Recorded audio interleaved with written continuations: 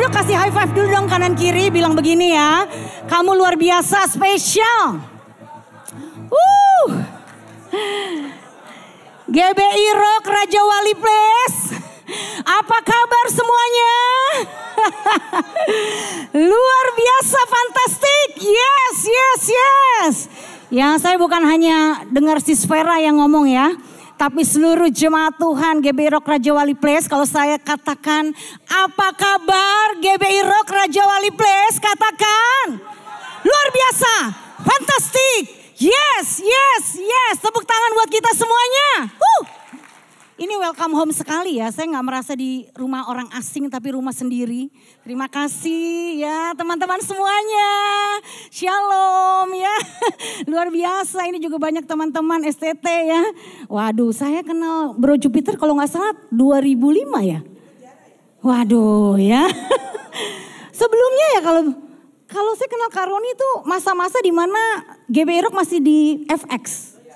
Yes, dan yang waktu itu menggantikan adalah Pak Thomas dan Ibu Maya ya. Dan ibu semua bapak ibu di sini beberapa saya lihat juga masih tetap stay di sini, luar biasa. Anda semua setia ya. Ada di rumah Tuhan, amin. Ya, puji Tuhan, terima kasih Pak Roni dan Ibu Nancy ya. Mereka menjadi justru bapak rohani juga bagi kami ya, sekeluarga. Kami kenal Pak Roni Daud Simeon ketika kami berada di titik terendah hidup kami. Kami punya badai hutang pada waktu itu. Jadi kami sudah dahulu mengalami pandemi. Ya. Pandemi sebelum kejadian 2020. Ya, itu saya ingat tahun 2011 sampai 2015. Itu masa-masa titik terendah. Tapi sebelumnya kami sudah kenal Pak Roni juga. Tapi kami belum terbuka keadaan kami. Dan puji Tuhan saudara Pak Roni dan Ibu Nancy yang menjadi saksi hidup. Makanya saya panggil beliau Kak Roni ya dan Ci Nancy. Ya, itu menjadi saksi hidup bagaimana kami ada dari titik terendah sampai hari ini Tuhan tetap setia. Pesannya bahwa apapun yang terjadi dalam hidup Bapak Ibu semuanya hari ini. Sekalipun kau merasa sudah mentok tok. Tidak ada harapan, tapi selama kita mau berjalan bersama Tuhan. Masa depan itu sungguh ada. Dan harapan kita tidak akan pernah hilang. Tepuk tangan buat kita semua ya. Luar biasa, tak kenal maka tak sayang ya saudara, nama saya Sandy Sujak, saya menikah dengan hai semuanya, dengan Pastor Doni ya, 26 tahun. Ya, tapi cinta tetap hot terus saudara, walaupun sempat kandas ya. Nggak mungkin rumah tangga cintanya nggak pernah kandas ya, pastilah kita ngalamin goncangan. Yang penting tetap on fire sampai sekarang ya. Dikaruniai 3 putri, Vania 25, Vanessa 19 dan Valerie 17. Kami melayani jemaat Tuhan di GPDI. Ya. Jadi kalau tadi worship leader, singer nyanyiin semua lagu-lagunya, itu lagu-lagu GPDI. Dan itu lagu-lagu di mana saya mengalami pertobatan tahun 95 saudara. Waduh, lagu itu membara sekali ya. Makanya tadi kok saya seperti kilas balik gitu ada di sini ya. Tuhan mengingatkan saya, Sandy, kalau kamu ada sampai hari ini itu semua karena karyaku yang ajaib. Amin saudara ya, luar biasa. Saya bisa menikah aja tuh mujizat saudara. Masa suami saya mau terima saya itu mujizat saudara ya. Nanti saya ceritakan bagaimana dia adalah cerminan Kristus gitu ya. Kalau manusia aja mau terima masa lalu saya yang suram, hancur, lebur ya, tidak ada harapan. Apalagi Bapa kita di surga, Tuhan kita, amin. Dia selalu kasih yang terbaik buat kita. Ya, dan tema hari ini tentang exalting the lowly saudara ya. Bagaimana Tuhan itu akan mengangkat kita, orang-orang yang direndahkan. Orang-orang yang dianggap dengan dunia ini. Orang-orang yang terbuang, orang-orang yang teraniaya. Orang-orang yang secara kondisi ya saudara tidak ada harapan, tapi di dalam Tuhan kita melihat ada harapan. Di dalam Yakobus 4 ayat 10 dikatakan sama-sama, ayo saudara kita baca firman Tuhan ini 2-3. Rendahkanlah dirimu di hadapan Tuhan dan Ia akan meninggikan kamu. Saudara, selamat siang Kak Roni, Ci Nancy, thank you so much ya. Tidak ada seorang pun senang dan mau dianggap rendah, betul saudara? Ya, karena kebutuhan manusia itu salah satunya adalah diakui, validasi. Ya, kalau kita merasa bilangin, gue gak perlu validasi lagi, bohong. Semua orang kebutuhan jiwanya adalah perlu divalidasi. Tapi esensinya kita cari validasinya dari siapa? Betul? Kalau kita gak ketemu Tuhan, kita pasti kecewa. Kita pasti hancur saudara. Kenapa? Saat orang hari itu juga mengakui kita, memvalidasi kita, saat itu juga dia bisa menjatuhkan kita, setuju? Tapi kalau kita mendapatkan validasi dari sumber kehidupan kita, Kita sadar kita sudah ditebus, kita sudah diakui sebagai anak. Kita semua putra dan putri kerajaan sorga, amin. Oleh sebab itu sekalipun pada perjalanan proses hidup kita tidak mendapatkan validasi dari manusia. Termasuk orang tua kita tetap bisa hidup dan bahagia. Amin saudara. Ya, apa yang dianggap rendah belum tentu rendah. Perhatikan saudara. Dan apa yang dianggap tinggi belum tentu tinggi. Ya, karena di Amsal 13 ayat 7 baca sama-sama, ada orang yang berlagak kaya. Ya, tapi tidak mempunyai apa-apa. Ada pula yang berpura-pura miskin tetapi hartanya banyak. Ya, coba saudara lihat, orang itu di akhir zaman ini merasa tinggi hidupnya itu karena apa kebanyakan saudara pada umumnya? Ya, kebanyakan karena banyak harta, betul nggak? Semakin gue keren, mobil gue, brandnya ini, baju gue, jam gue, ya tas gue, sepatu gue, itu serasa, wah kalau jalan dah langit ketujuh saudara, lompat saudara ya. Iya kan? Orang menaruh harga dirinya semua di materi di akhir zaman ini. Makanya zaman kita dikenal zaman hedonisme. Di mana orang berlomba-lomba, kerja keras, kepala di bawah, kaki di atas, semuanya untuk mencapai. Supaya kita bisa di flexing ya. Wah, kita pamer harta. Tujuannya untuk apa? Dikasih jempol kan. Lu keren kan. Cuman untuk itu kan. Lu hebat. Lu sukses. Akhirnya lu jadi orang juga ya. Bahkan berapa banyak anak-anak yang orang tuanya ngomong gini. Kalau lu gak kaya lu belum jadi orang. Ya makanya trennya akhir zaman bukan lagi anak muda itu punya ratusan M. Itu mah udah gak zaman. Sekarang anak-anak muda ngejarnya 30T saudara. Dan ada komunitasnya, enggak zaman lo ratusan M enggak kepake lo. Ya siapa dulu? Ya mereka masih usia 20-an. Ya dan komunitas ini komunitas ingin siapa yang duluan mendapat 30T. Terlihat seperti keren. Terlihat seperti oke saudara. Tapi tanpa Tuhan saya mau katakan semua kosong, semua nothing. Ya kita berdoa anak-anak muda ini berjumpa Yesus, amin. Nah kalau mereka berjumpa Yesus punya 30T. Wow masa depan Indonesia luar biasa, amin. Tapi kalau anak-anak muda ini gak ketemu Tuhan, gak ngalamin Tuhan. Hancur dunia saudara. Dan kita berdoa Anda adalah orang-orang dipilih Tuhan untuk menjadi orang sukses. Tapi Anda tidak lagi mencari validasi manusia. Tapi karena Anda sadar Anda sudah diakui Tuhan sebagai putra dan putri kerajaan sorga. Katakan amin. Jadi waktu Anda diberkati Tuhan Anda tidak akan lupa diri. Anda tidak akan sombong. Anda akan memuliakan Tuhan. Dan nama Tuhan ditinggikan. Amin. Amsal 3 ayat 7 dikatakan janganlah engkau menganggap dirimu sendiri bijak, takutlah akan Tuhan dan jauhi kejahatan saudara. Ya jadi buang jauh-jauh keinginan untuk dianggap tinggi. Karena baca lebih keras, apa yang dianggap tinggi belum tentu tinggi. Ya pertanyaannya Anda ingin ditinggikan atau dianggap tinggi? Itu dua hal yang berbeda. Ya sekali lagi Anda ingin ditinggikan atau dianggap tinggi itu dua hal yang berbeda. Ya. Makanya kalau direndahkan orang gak usah baperan. Kalau diinjek-injek orang gak usah baperan. Saya punya prinsip begini, kalau ada orang yang merendahkan saya bersyukur puji nama Tuhan, haleluya, amin. Saya tersenyum. Asal respon saya, sikap hati saya benar di hadapan Tuhan. Nanti akan lihat ya saudara saat kita direndahkan. Ya kita tetap tersenyum, nanti Tuhan yang akan meninggikan kita. Saudara tiba satu titik nanti akhirnya saudara dalam proses hidup saudara akan menyadari.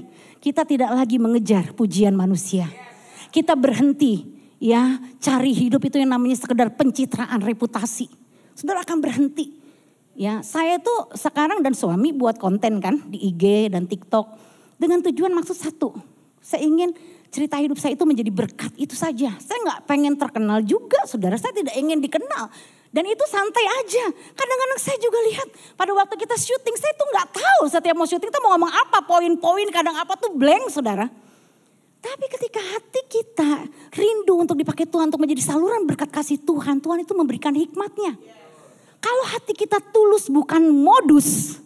Lihat saudara Tuhan akan pakai hidupmu. Untuk memberkati banyak orang. Dan tujuannya bukan untuk cari pengakuan, cari likes, cari follower, itu udah gak zamannya. Ya kita itu saudara statusnya sudah luar biasa di mata Tuhan, amin. Ya tanpa validasi manusia pun saudara keren. Saudara tuh oke banget di mata Tuhan, amin. Ya kemarin saya nonton film Karuni Dragon tuh ya. Waduh, filmnya boleh juga saudara tonton. Saya tuh kalau soal hubungan bapak dengan anak tuh bener-bener nyentuh ya. Nangis saya waktu papanya bilang, aku bangga sama kamu nak. Dan anaknya bilang, cuman itu yang aku butuhkan papa. Aduh mewek aku ya. Saya tuh cuman ngelihat yang penting Tuhan kasih saya likes. Dan Tuhan ngomong, aku bangga kepadamu nak. Udah titik. Ya, saya gak lagi cari ya pengakuan, pujian, penghargaan dari manusia saudara. Bukannya itu tidak penting. Ya kalau kita sudah tahu kebenaran ya kita belajar menghargai orang. Amin. Kita belajar memberikan ya saudara ya pujian, reward sama orang. Tetapi itu bukan esensinya di situ. Makanya saudara penting sekali saudara harus pulih gambar diri saudara. Amin. Sehingga waktu saudara dipakai Tuhan, saudara tidak lagi pencapaiannya untuk diri Anda. Karena bicara kekristenan itu bukan bicara siapa saya lagi. Tapi Tuhan yang hidup di dalam saya. Saya dan saudara sudah mati. Tapi biarlah Yesus dan dunia ini melihat ada Kristus dalam kehidupan kita. Amin. Saya selalu ingat kata-kata Pak Arifin, Kak Roni, goal hidup kita, tujuan hidup kita jadi orang Kristen. Be like you. Kita menjadi serupa dengan Kristus. Ya saya bersyukur saya boleh bertumbuh. Ya secara karakter, kerohanian. Kami sama-sama dulu belajar dengan teman-teman di STT Kingdom. Saya ingat kata-kata Kak Roni. Punya hati yang terus teachable, punya hati yang terus mau belajar.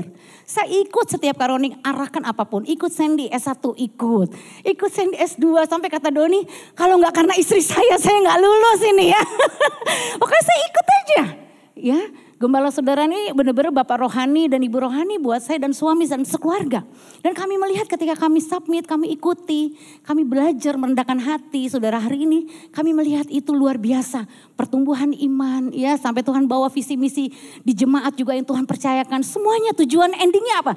Menjadikan hidup kita semua semakin serupa Kristus. Amin. Ya. Nah saudara kita harus sadar akan hukum Allah.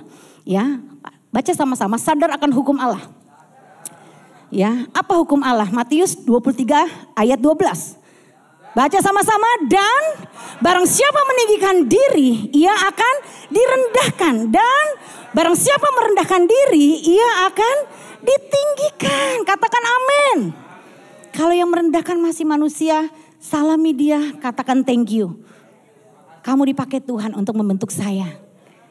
Ya, yang paling bersyukur itu adalah ketika kita bisa say thank you kepada orang-orang yang sudah merendahkan kita. Saya ingat sejarah ke belakang saudara ketika saya say thank you dengan mereka. Ya, karakter saya terbentuk. Saya bertumbuh dan saya berkati mereka dan saya juga melihat mereka juga bertumbuh. Akhirnya kita jadi teman baik. Betul? Tapi kalau saya salah bersikap, saya tambah buruk, kita juga jadi musuh. Apa yang kita mau transferkan dalam kehidupan kita? Betul? Tapi ketika kita disalah mengerti, ya, atau kita mungkin merasa dimanfaatkan. Ya puji Tuhan kita masih bermanfaat. Amin. Tapi kita tetap senyum, say thank you. Respon dari hati benar-benar tulus. Saudara nanti lihat kita diubahkan dan dia juga diubahkan kita jadi partner untuk memperluas kerajaan sorga. Amin. Nah saudara lihat ada hukum. Jadi ini hukum ya. Kesombongan itu adalah akar dari segala masalah dalam hidup kita. Mau masalah apapun ya. Masalah orang sekarang kehilangan kasih mula-mula rohaninya kering. Masalah pernikahan mau cerai, hidup cekcok terus. Atau masalah keuangan, hidup kayak kereta api ya. Atau kayak kereta api susah, duit ya. Atau masalah apa lagi sakit penyakit. Akarnya satu itu kesombongan. Ya saya udah pernah nih 4 pilar tuh waduh menyerang badai kehidupan pernikahan kami saudara. Ya udah rohani bener-bener pahit sama Tuhan, kecewa sama Tuhan. Ya itu titik awal tuh saya diarahkan waktu itu pertama kenal dengan Kak Roni Cinensi itu. Dulu ada hamba Tuhan ya yang kita kenal semua dengan baik Pak Salmon Huta Soit. Ya itu yang mengantarkan kami untuk kami kenal dengan beliau. Waduh saudara rohani hancur, keuangan hancur, pernikahan hancur. Ya kesehatan hancur, payudara saya kiri kanan itu benjolan semua saudara. 3 tahun saya terikat paracetamol gak bisa tidur. Ya, waduh setiap hari saya ingat tuh masa-masa 2016 tuh 3 bulan ada saya dipeluk roh maut. Sampai kalau saya mau naik ke lantai, waktu itu kami tinggal di lantai 19. Ya ke apartemen, saya tuh mesti tunggu suami dan anak pulang. Itu rasanya kayak mau masuk ke maut saudara. Mati kamu. Suami saya tidur nyenyak malam saya melotot saudara. Itu ada hampir sekitar 3 bulan. Itu kalau kata dokter Yosi, salah satu dokter psikolog di rumah sakit Siloam teman dekat saya tuh saudara. Dia bilang, lu udah depresi berat. Ya sebenarnya depresi berat lo bisa lompat. Iya udah dengar suara-suara. Ya di saat saya depresi itu saudara udah berapa kali orang terjun dari apartemen itu saudara. Ada kali 3 kali yang budir di situ. apakah saya selanjutnya? Itu suara sudah terdengar saudara. Memang ada masa, walaupun saya tetap berkhotbah, saya sepertinya oke-oke saja. Kalau orang lihat gak ada masalah. Tapi saya mengalami benar-benar yang namanya tuh burnout tau saudara ya, burnout. Udah gak tahu mau buat apa lagi saudara. Ya ternyata Tuhan cuma ngomong gini di hati saya, ada apa kamu? Tuhan aku gak kuat, aku gak mampu. Tuhan cuma ngomong begini, aku sedang berurusan dengan hati kamu. Bukan dengan masalah kamu. Di situ saya seperti ditelanjangi, ya dikuliti. Ya saya sadar betapa sombongnya saya. Saya ingat pada waktu kami punya badai hutang. Saya di hati udah sering ngomong, nyesel gue nikah. Ya gara-gara nikah hidup gue makin susah. Kenapa abis nikah gue downgrade? Sedon-donnya gitu, downgrade banget gitu ya. Dulu waktu gue belum bertobat, hidup masih mau bokap. Pegangan dolar, ya kan? Pacaran dulu gaya bebas ya, tuh gaya bebas kan saudara. Wah hidup dalam kemelut cinta bucin saudara ya. Fasilitasnya keren gitu ya, ujung rambut ujung kaki.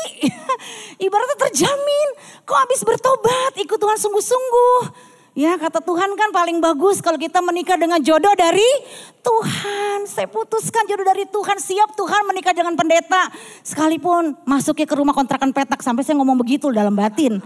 Ya ternyata Tuhan uji juga. Bener habis nikah kok bukannya makin kaya. Makin enak, makin downgrade saudara. Ya tapi di situ bilang kamu itu sombong. Ya kamu itu sombong. Ya saya tidak merasa saat itu. Soalnya saya sama Doni dari luar itu baik-baik aja. Sepertinya tuh oke-oke saja. Saya panggil dia sayang, dia panggil saya juga sayang. Saya sepertinya menghamba gitu tiap hari sebagai istri. Tapi Tuhan tahu kebusukan hati saudara. Dari luar kita bisa terlihat manis, tapi penampilan itu bisa menipu. Tuhan akan menguji kedalaman hati kamu sombong anakku. Saya suka ngomong gini kan kalau sepupu-sepupu puji, Sen lu keren ya dapat suami kayak Doni. Iya keren sih cuma satu kurang duit saya bilang begitu. Ya aduh saudara saya itu suka mencemooh suami. Diam-diam gitu. Gue kalau tanpa lu gue bisa lebih hebat tau gak gara-gara lu nih gue sekarang nih susah. Gue kenalannya banyak, koneksi gue banyak. Gue dulu kalau gue bisnis, gue kerja karir gue keren. Aduh gara-gara gue nih, wah pokoknya siapa yang masih suka bangga-banggain masa lalu? Saya ya. Aduh malu saudara waktu dibuka sama Tuhan. Aduh kamu tuh gak ada apa-apanya nak. Ya tahu saudara dalam penyelesaian kami menyelesaikan badai hutang. Itu 15 juta setiap bulan 4,5 tahun 2011-2015. Tuhan tuh tunjukin. Tuh kamu gak buat apa-apa, aku pakai suamimu yang kamu rendahkan, yang kamu anggap gak bisa apa-apa, gak pintar cari duit untuk melunasi semua hutang itu. Dan saya mau katakan karena ini bukan sesi bebas dari hutang, ya. Jadi saya tidak bahas bagaimana caranya. Ya. Intinya bebas dari hutang, sembuh dulu dari kesombongan. Dulu saya pikir gimana menghadapi 16 bank. Ya waktu itu kami datang ke Roni ya 800 juta, 15 juta tiap bulan, 4,5 tahun, Gimana caranya ngadepin debt collector? Stres akhirnya benjolan tumbuh. Ya kepala pening setiap hari, asam lambung naik saudara ya kan. Tapi selesai cuma satu, kamu sombong. Dan saya bilang iya Tuhan, saya sadar saya sombong. Ternyata dari situlah itu dampaknya kemana-mana. Makanya saudara kalau saudara tentang kesombongan dalam bahasa Latin adalah superbia atau hubris, betul ya? Yaitu keyakinan pada diri sendiri yang berlebihan. Yang membuat dia tidak menyadari dan menghargai anugerah Allah. Makanya kalau saudara lihat kesombongan itu batangnya itu apa? Akar pahit, cinta uang, kenajisan. Ini batangnya.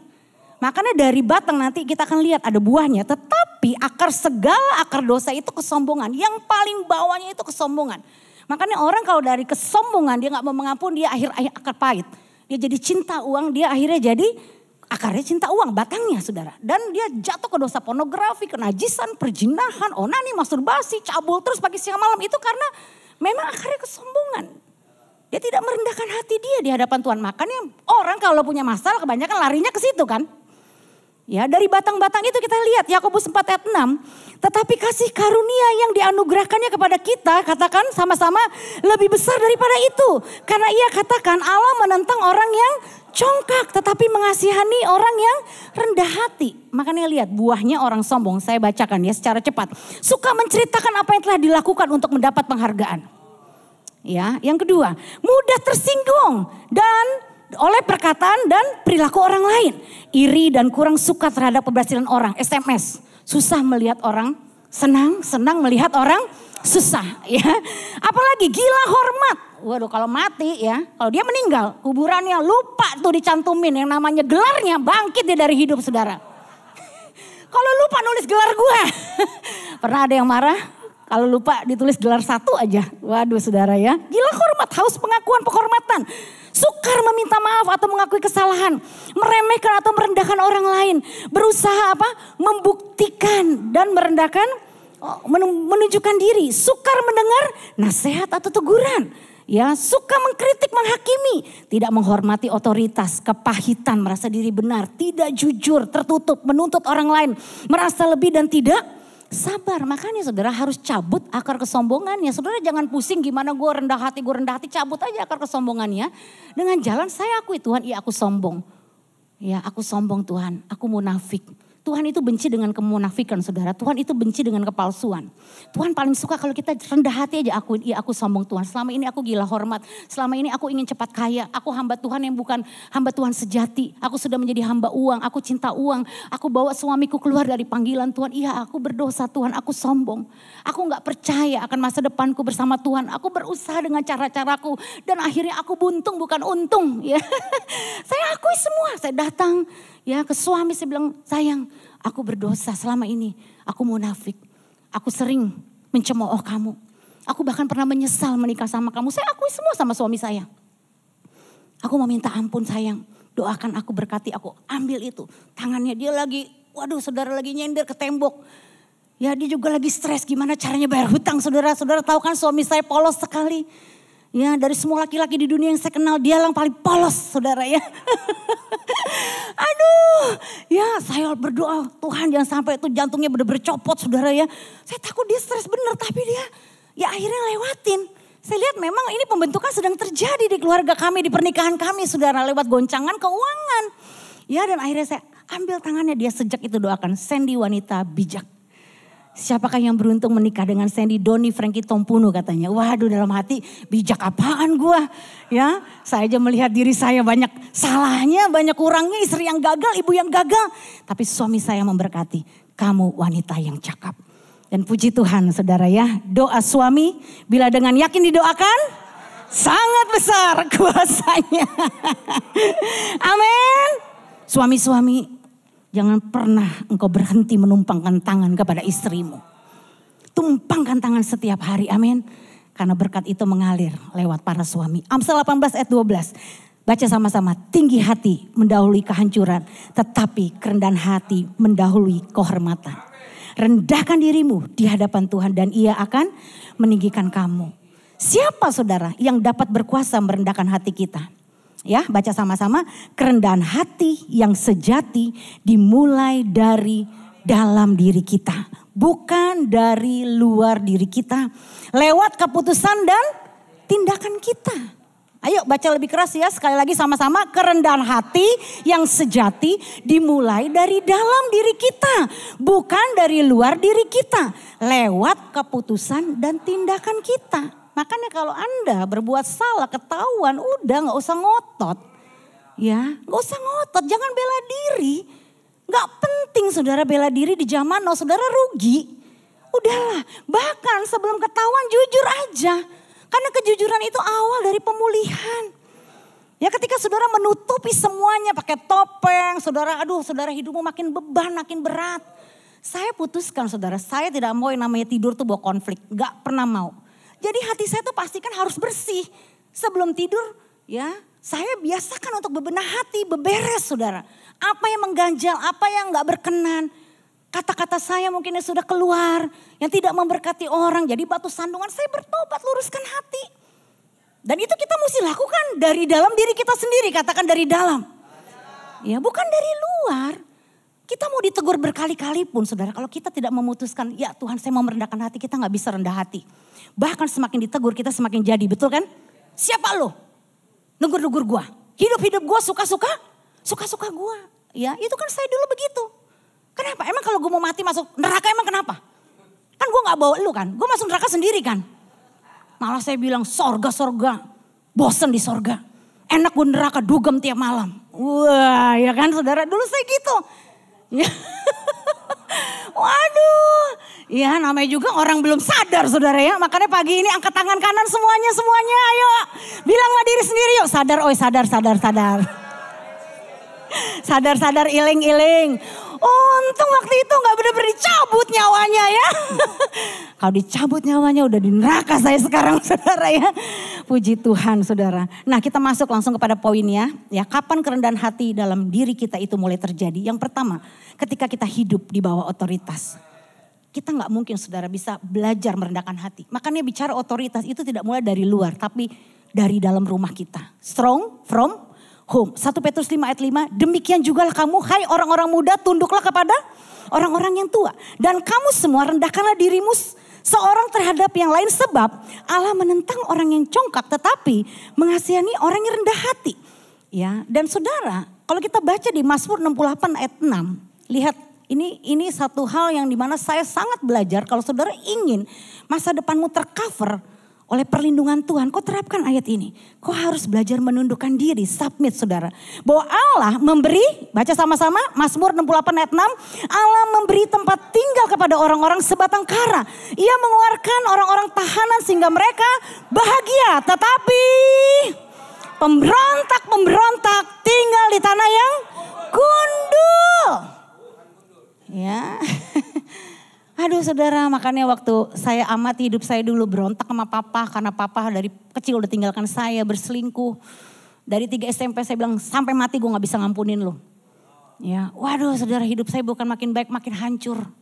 Saudara gak ada gunanya lah baper-baper hari gini. Siapapun orangnya, dia bisa menyakiti kita dan kita bisa juga menyakiti orang. Tapi tetap miliki sikap yang beres dengan otoritas. Saya pemulihan terjadi waktu saya ampuni papa saya. Saya beres dengan papa saya tidak mempertahankan diri saya benar. Tuhan tuh katakan, Sandy kenapa kamu benci sama papa? Oke papa kamu nyakitin kamu, tapi kamu tahu papa kamu juga disakitin opa kamu. Benar saudara, opa saya juga nikah 3 kali. Pasti papa saya juga terluka atas perlakuan opa saya. Udah nikah 3 kali selingkuh terus saudara ya. Pasti papa saya juga bertumbuhnya jadi jiwanya hancur. Ya opa saya juga disakiti oleh engkong saya. Lah kalau kamu pahit sama papa, pahit sama opamu, pahit sama engkong, kapan beresnya? Saya pikir saya bodoh juga ya. Ya, nah mengapa sebegitunya saudara iblis ingin kita benci dengan otoritas? Karena ingat, iblis ingin merusak pentingnya otoritas dalam semua bidang kehidupan. Ya, kenapa saudara? Kalau kita baca di Mazmur 133 bahwa sungguh alangkah baiknya dan indahnya apabila saudara-saudara diam bersama dengan rukun, bukan rusuh ya. Bilang kanan kiri, rukun bukan rusuh. Ya, seperti minyak yang baik di atas kepala meleleh ke janggut, yang meleleh ke janggut Harun dan ke leher jubahnya. Seperti embun gunung Hermon yang turun ke atas gunung-gunung Sion. Sebab kesanalah Tuhan memerintahkan berkat kehidupan untuk selama-lamanya. Perhatikan baik-baik saudara, otoritas itu sama dengan pipa berkat. Baca 3 kali ya, 2, 3. Otoritas sama dengan pipa berkat. Otoritas sama dengan pipa berkat. Otoritas sama dengan pipa berkat. Saudara, kalau saudara berharap masa depan sungguh ada dan harapanmu tidak akan hilang. Saudara percaya bahwa Tuhan menjamin masa depanmu dimulai dari sini. Dari submitnya Anda kepada otoritas. Amin. Ya, makanya lihat gambar-gambar ini saudara. Tuhan memberkati lewat pipa berkat ya. Next ya, yang namanya otoritas. Ketika saudara bekerja di kantor, bosmu otoritasmu. Polisi di jalan itu otoritas. Ya, dalam karirmu, dalam kau bekerja bisnis ada otoritas. Di gereja ada otoritas, di rumah ada otoritas. Makanya belajar mulai dari rumah, kita beres dalam hal otoritas saudara. Akhir zaman ini saudara, orang menikah itu kebanyakan pengen cepat-cepat keluar dari rumah. Karena rumah tuh buat mereka seperti neraka. Gak ada hubungan yang baik antara orang tua dan anak. Jadi mereka pengen cepat kabur. Ingat, cara Anda keluar itu menentukan cara Anda masuk. Kalau Anda ada yang di gereja ini, dulu Anda di gereja lama belum beres, Anda harus bereskan. Karena cara Anda keluar menentukan cara Anda masuk. Kalau Anda tidak beres dengan otoritas, tidak ada berkat untuk kehidupan kita saudara. Karena ini prinsip saudara.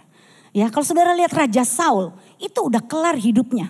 Gara-gara nekat memutus pipa berkat otoritas. Kisah Saul raja pertama. Ya, Israel yang akhirnya berontak kepada Tuhan dan akhiri hidup dengan bunuh diri. Dia melanggar, dia memutuskan, memotong pintu berkat Tuhan. Akhirnya udah kelar. Saudara mau kelar hidupnya? Berontak aja terus saudara ya. Kelar, udah kelar. Iya loh saudara, kelar. Begitu saudara submit, itu awal mula berkat Tuhan mengalir atas hidupmu. Daud itu mengerti sekali otoritas sama dengan pipa berkat Tuhan. Makanya kalau kita baca saudara, tetapi kata Daud kepada Abisai, jangan musnahkan dia sebab siapakah yang dapat menjamah orang yang diurapi Tuhan dan bebas dari hukuman. Daud itu ngerti. Yang namanya otoritas itu pipa berkat, makanya ada kesempatan pun untuk bunuh Saul, dia tidak lakukan itu. Bagaimana attitude manner saudara, sikap saudara terhadap otoritas. Kalau saudara walaupun seolah-olah di depan dia saudara baik ya. Orang tuh sering kalau di depan orangnya gitu kan ya. Shalom, apa kabar? Aduh carmuk banget saudara ya, mulut manis. Ya kalau dia jatuh, aduh kamu jatuh ya, kasihan, dalam hati bilang mampus lu ya. Hari ini kita harus stop punya hati yang bulus saudara ya. Terhadap otoritas hati kita harus tulus. Kalau tidak kita berurusan dengan otoritas tertinggi kita. Dia bisa jelek, dia bisa jahat, dia bisa tidak ideal dan sangat tidak ideal di mata kita. Tapi selama dia jadi otoritas kita, Anda harus submit terhadap otoritas Anda. Amin. Coba cek saudara, 4 kondisi pipa berkat otoritas Anda. Ya, cek aja. Anda di keluarga sebagai istri tunduk gak sama suami? Kalau Anda nanduk-nanduk nyeruduk, ya sudah selesai rumah tangga. Betul, selesai udah rumah tangga. Kalau saya dulu terus nyeruduk, selesai. Ya udah kita pisah. Ya udah masing-masing. Kalau dari rumah Anda nggak benar, keluar rumah pun juga jadi nggak benar. Makanya strong itu harus from home, betul tidak? Ya harus dari rumah. Bagaimana nanti anak-anak muda ke sekolah, ke kantor, gereja, pemerintah, itu tercermin bagaimana sikap Anda di rumah. Makanya kalau Anda di rumah submit, tunduk dengan pemerintahan yang Tuhan tetapkan. Suami tunduk kepada Allah, istri tunduk kepada suami, anak-anak hormat kepada orang tua. Selesai keluarga kita jadi berkat, amin. Iya, Kristus tuh nyata dalam kehidupan pernikahan kita. Makanya kita mengalami sorga di bumi, bukan tunggu nanti dipanggil Tuhan. Katakan amin, kita mengalami sorga di bumi mulai di rumah kita dari sekarang. Ketika Anda sadar akan otoritas saudara. Ya, otoritas itu, ya bicara otoritas, ketaatan kita 100% terbatas hanya kepada Tuhan sebagai pemegang otoritas tertinggi. Namun baca lebih keras, rasa hormat kita pada Tuhan, orang tua dan otoritas yang ada di atas kita 100% mutlak. Jadi Tuhan tidak bisa memberkati, melindungi dan mengangkat Anda jika Anda hidup di luar otoritas atau melawan otoritas. Ganti kata Anda dengan saya. Ya, siap semuanya? Yes, Tuhan tidak bisa memberkati, melindungi dan mengangkat saya jika saya hidup di luar otoritas atau melawan otoritas. Yang pertama, hidup di bawah otoritas. Katakan kanan kirinya, hidup di bawah otoritas. Submit ya. Jemaat Tuhan GBI Rock Raja Wali Place, rukun, bukan rusuh. Dan saya tadi merasakan Anda begitu rukun. Kelihatan kok masuk gereja itu yang rukun saudara. Baru keluar lift datang, wah luar biasa. Keharmonisan, kehangatan di keluarga GBI Rock Raja Wali Place ini bisa saya rasakan. Tepuk tangan buat Anda semua. Luar biasa. Pertahankan itu saudara ya, supaya siapapun orang yang kesini merasa ini home-nya dia. Mereka diterima, mereka disayang, mereka dikasihi, mereka berharga dan mulia di mata Tuhan. Yang kedua, kapan kerendahan hati di dalam diri kita itu mulai terjadi? Ketika kita hidup di dalam komunitas. Ini penting, katakan di dalam komunitas. Tadi Pak Arifin bilang bahaya kalau Anda hidup di luar komunitas anak-anak Tuhan. Karena pergaulan yang buruk bisa merusak kebiasaan yang baik, bisa merusak tatanan kerajaan sorga dalam hidup kita. Dengan sekejap dunia ini bisa apa? Mencemari kita saudara, pola pikir kita. Filosofi dunia itu mempengaruhi anak-anak Tuhan hingga mereka tidak punya lagi value dalam hidup mereka. Makanya saudara penting hidup dalam komunitas yang benar. Ya 1 Samuel 20 ayat 3b. Bagaimanapun juga, baca sama-sama, demi Tuhan yang hidup, sesungguhnya lah hidupku bagaikan telur di ujung tanduk. Namun demi Tuhan yang hidup dan demi hidupmu hanya 1 langkah jaraknya antara aku dengan kita tuh selangkah dengan maut. Masih berani-berani lo hidup sendirian? Hah? Masih berani? Saudara saya gak berani loh. Saya gak berani. Saya pastikan saya hidup dalam komunitas. Ya. Dan komunitas yang dipertanggungjawabkan, komunitas yang sehat yang berpusat pada Kristus. Bukan berpusat kepada ego atau diri kita saudara. Berpusat kepada Kristus. Kalau enggak saya pun jatuh. Habis saya juga saudara. Kenapa? Karena komunitas itu membawa kita hidup dalam value. Kalau kita gak punya value, apa bedanya kita dengan orang dunia? Ingat saudara, sadar bahwa perjalanan hidup kita ini banyak bahaya. Be careful. Gak peduli kita lingkungannya pendeta, lingkungannya anak-anak Tuhan. Be careful, tetap jaga-jaga saudara. Kita harus waspada. Oleh sebab itu kita butuh yang namanya teman seperjalanan saudara. Ya, setan mau Anda jalan sendiri. Lihat nih kayak gini fotonya. Lu sendiri aja. Orang gak ada yang ngertiin lu lah udah. Percuma. Lu ngapain ibadah-ibadah tuh. Lihat tuh si A si B pelayanan hidupnya juga gitu-gitu aja. Makanya ada banyak orang.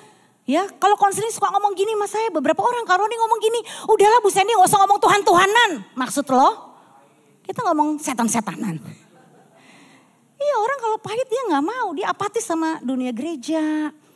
Ya kan ngapain ibadah-ibadah percuma. Hati-hati saudara. Tuhan mau Anda jalan bersama. Katakan sama-sama Tuhan mau saya jalan bersama. Jangan keluar sendiri. Amin. Pengkhotbah 4 ayat 12 dikatakan dan bila mana seorang dapat dikalahkan.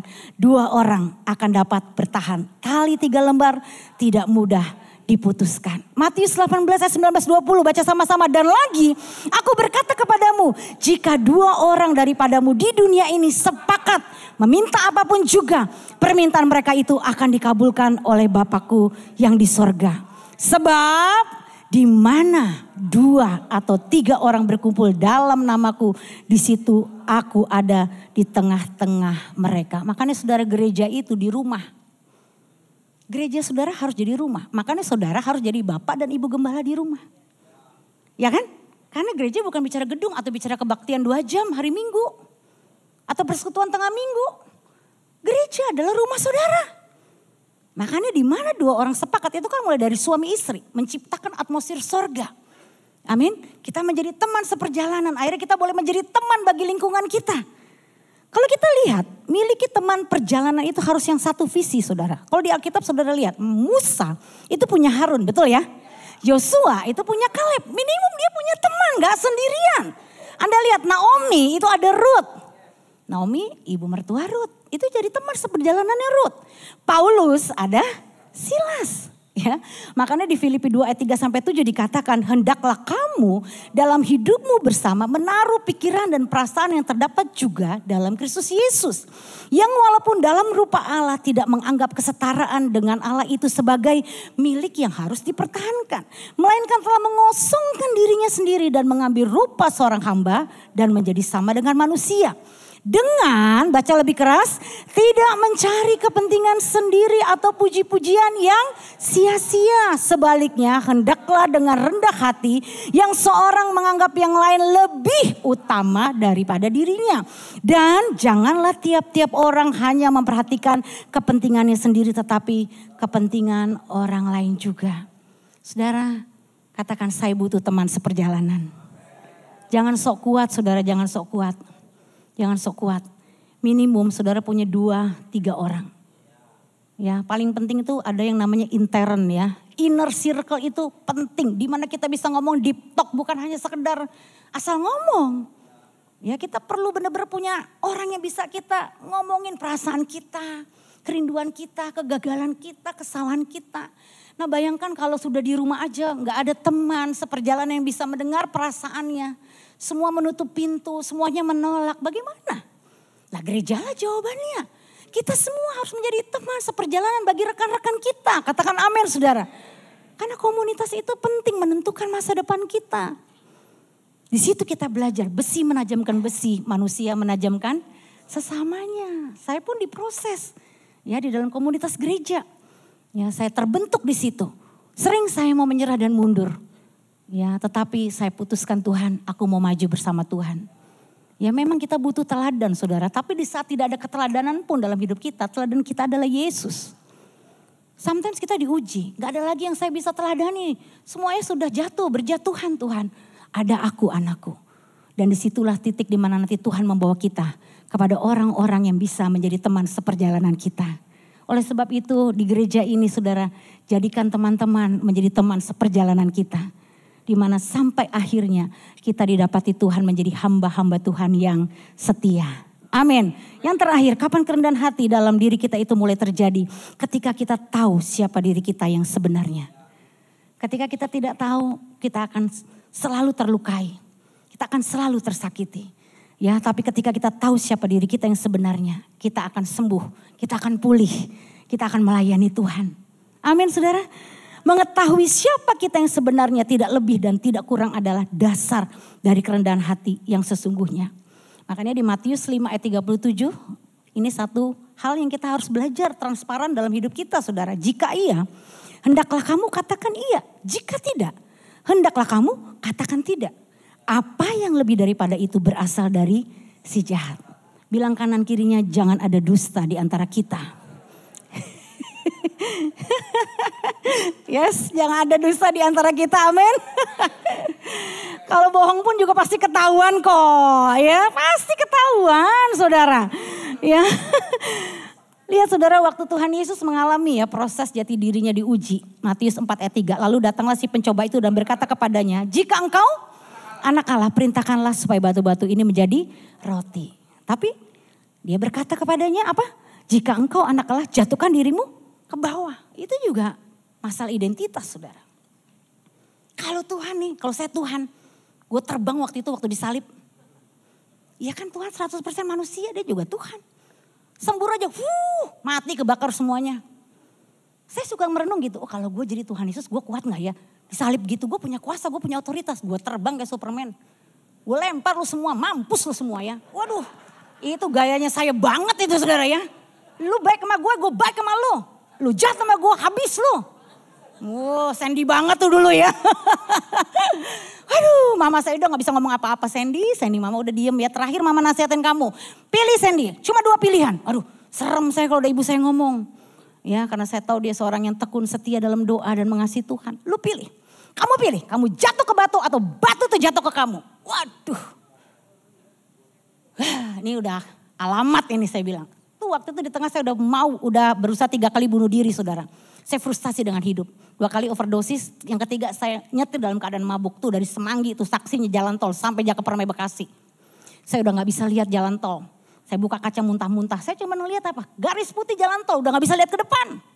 Anda tahu, tapi saya pagi itu sekitar 9:30 ada di perumahan yang namanya Jaka Permai, itu rumah saya. Itu ada di kawasan yang namanya daerah Minangkabau. Saya kaget, saya kok ada di situ. Saya mau mati Tuhan. Kenapa Tuhan gak kasih saya mati? Saya udah kebayang kalau hari itu saya mati. Saya bawa 2 teman saya pulang dari diskotik kan waktu itu di daerah Plaza Indonesia dulu ada fire diskotik itu kan. Waduh saudara. Saya udah mikir kalau gue mati sendiri kuburan sepi. Gue mati bertiga kuburan rame. Wah, saya bawa 2 sahabat saya, 1 cowok 1 cewek. Masuk koran Pos Kota atau Kompas. Suara Pembaruan. 3 anak muda mati di jalan. Ya. Saya cuman pikir gini loh. Nanti papa mama datang ke kuburan. Nyesel loh sia-siain anak lo. Cuman begitu saudara. Saking lukanya nih hati saya ingin menunjukkan diri. Lu gak tahu ya. Gue bisa berbuat nekat loh. Waduh. Gak mati juga tuh sis. Karena Tuhan punya rencana atas hidup saya. Belum selesai. Jangan menyerahkan diri kalau belum selesai saudara. Ini jawaban Tuhan ya, Matius 27 ayat 40 mereka berkata, hai engkau yang mau merubuhkan bait suci dan membangunnya kembali. Dalam 3 hari selamatkanlah dirimu jikalau engkau anak Allah, turunlah dari salib itu. Aduh, Anda pernah mengalami situasi itu? Seolah-olah Anda mau ngomong gini, lu gak tahu siapa gue. Macan nih keluar saudara ya. Emang saya karakternya kayak macan saudara katanya. Macan tuh yang mau makan orang. Dulu saudara belum tobat. Sekarang tetap macan. Manis dan cantik. Karena udah bertobat ya. Udah dimuridkan Kak Roni. Udah berbeda saudara. Harus jadi istri yang tunduk. Melihat hidup Cik Nancy yang begitu lembut. Aduh saudara. Saya mah jauh banget dari Cik Nancy ya. Aduh kok bisa ya. Aduh kalau saya ini bawaannya udah pengen makan aja ya. Suami saya makannya sabar sekali saudara. Dia pria yang teruji saudara. The best man saudara ya. Gak ada satupun pria seperti kamu sayang. Kamu kuat. Anti badai saya bilang. Teruji sekali saudara. Tapi itulah one day ego kita akan diuji saudara. benar abis kita, abis. Saya tuh ngerasa kayak masuk oven. Saya sampai ngomong begini, Tuhan kayak masuk oven nih Tuhan. 15 juta sebulan pas setengah tahun, duit dari mana? Anak 3 mau dibawa kemana? Udah 5 tahun hidup mandiri. Ya walaupun ngontrak ya saudara, tapi kan mandiri, benar gak? Ini balik lagi ke rumah orang tua. Anak kecil-kecil 3 mau dibawa kemana Tuhan? Mati, gua mati. Apa kata orang? Gua udah diangkat. Waktu itu kan papinya Doni meninggal, diangkatlah dia jadi penatua. Pemimpin jemaat, lo pemimpin jemaat kayak opo iki ya Allah. Saya bilang, punya utang, jangan gue berdiri di panggung debt collector nanti nungguin gue. Apa kata jemaat, Tuhan mati gue, mati. Aduh saudara serem, saya tuh ngalamin loh. Masuk gereja tuh Karoni kayak terkutuk. Bener-bener kayak ditabokin, gak layak lo. Aduh habis saya saudara. Tapi saya tetap katakan bersama suami kita maju dalam Tuhan. Amin saudara, apapun yang terjadi maju dalam Tuhan. Tanggalkan egomu. Saya bilang sama suami, sayang biar di luar badainya besar. Tapi yang penting kita berdua tetap sayang-sayangan. Asik. Biar makan bihun godok Gunung Kidul. 1 piring berdua. Kata orang so sweet. Ya, padahal bro emang gue gak ada duitnya. Makanya gue beli 1 piring. 1 cangkir teh manis. Tapi dapat bonus ngelapin keringat suami. Dia juga ngelapin keringet saya. Dan kita pandang-pandangan, I love you. Itu jadi fakta sejarah yang gak pernah saya lupakan saudara. Sayang nanti satu hari Tuhan angkat kita akan gak pernah lupakan di mana titik terendah hidup kita. Kalau saudara diangkat Tuhan, ingat baik-baik semua karena anugerah Tuhan. Udah gak bisa sombong lagi. Makanya orang-orang yang ngelewatin proses tuh gak bisa sombong. Kalau kamu masih sombong berarti kamu belum selesai prosesnya. Terus saya bilang Tuhan kayak di dapur api ini rasanya panas. Tapi saya ingat Karoni, saya ingat cuma 1 lagu gini. Sekalipun dagingku dan hatiku habis lenyap. Gunung batuku dan bagianku. Siapa? Tetaplah Allah selama-lamanya. Dapatkan CD dan kasetnya setelah ibadah ini. Itu aja. Herannya waktu lagu itu terngiang saya ngomong gini sama Tuhan. Tuhan memang rasanya kayak di oven. Tapi Tuhan kalau memang ini derajatnya belum pol. Please Tuhan polin aja. Biar saya kebakar benar. Saya bisa doa kayak gitu loh. Saya bilang gak singkirin saya dari oven ini enggak. Saya malah doa kayak gitu. Saya bilang kalau kurang panas-panasin. Yang penting satu ya Tuhan. Tuhan dapatkan hati saya murni mengasihi Tuhan. Saudara 2 hari setelah habis doa itu luar biasa. Terobosan demi terobosan itu keran kerajaan sorga terbuka saudara. Dan sampai hari ini kita menikmati otoritas kuasa Tuhan bekerja dalam keluarga kami. Luar biasa.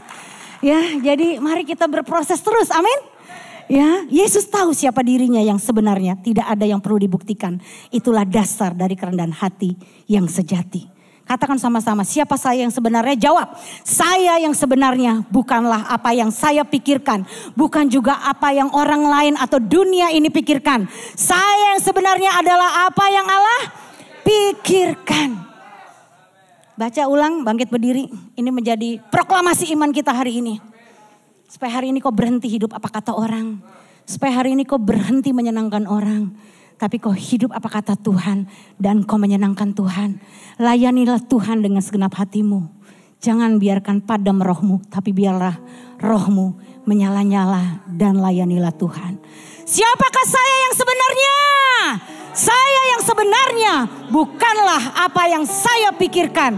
Bukan juga apa yang orang lain atau dunia ini pikirkan. Saya yang sebenarnya adalah apa yang Allah pikirkan. Tepuk tangan buat Tuhan.